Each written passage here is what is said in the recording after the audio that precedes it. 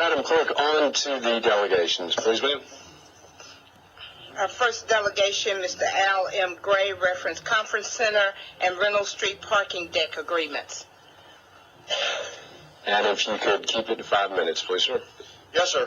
Mayor Copenhaver and gentlemen of the Commission, thank you for allowing me to speak tonight.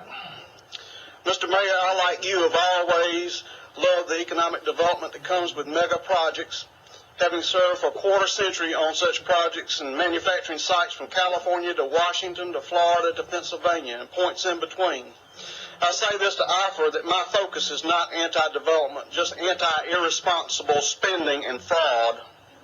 I rise before you tonight to speak in opposition to these agreements regarding the conference center and the Reynolds Street parking deck. This comes from having spent years in crisis management mode for companies whose projects went horribly wrong, but it comes even more from my Augusta experience. I once proposed doing a cost recovery effort in Augusta that might have reformed Augusta government with Administrator Randy Oliver. He was interested, but then he hit a patch of turbulence and concluded it just wasn't possible in Augusta. The influence of the connected folks was just too great. I went on to get new corporate clients among the Fortune 500, but I never could work in Augusta. The saga of the T-Center over the last 5 years has been a twisting, turning affair from the start. The last chapter should not be written tonight. The irregularities, the failures, and evidence, which are legion, scream stop.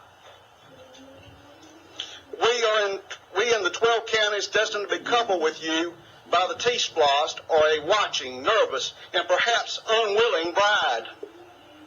We see $50 million in buildings built on land you don't own, undisclosed liens of various descriptions, land to be donated turned into air, a bribery trial involving this very project, controversy going back to 1998 with these same partners, and finally, that you find yourselves hostages tonight to threats of those liens.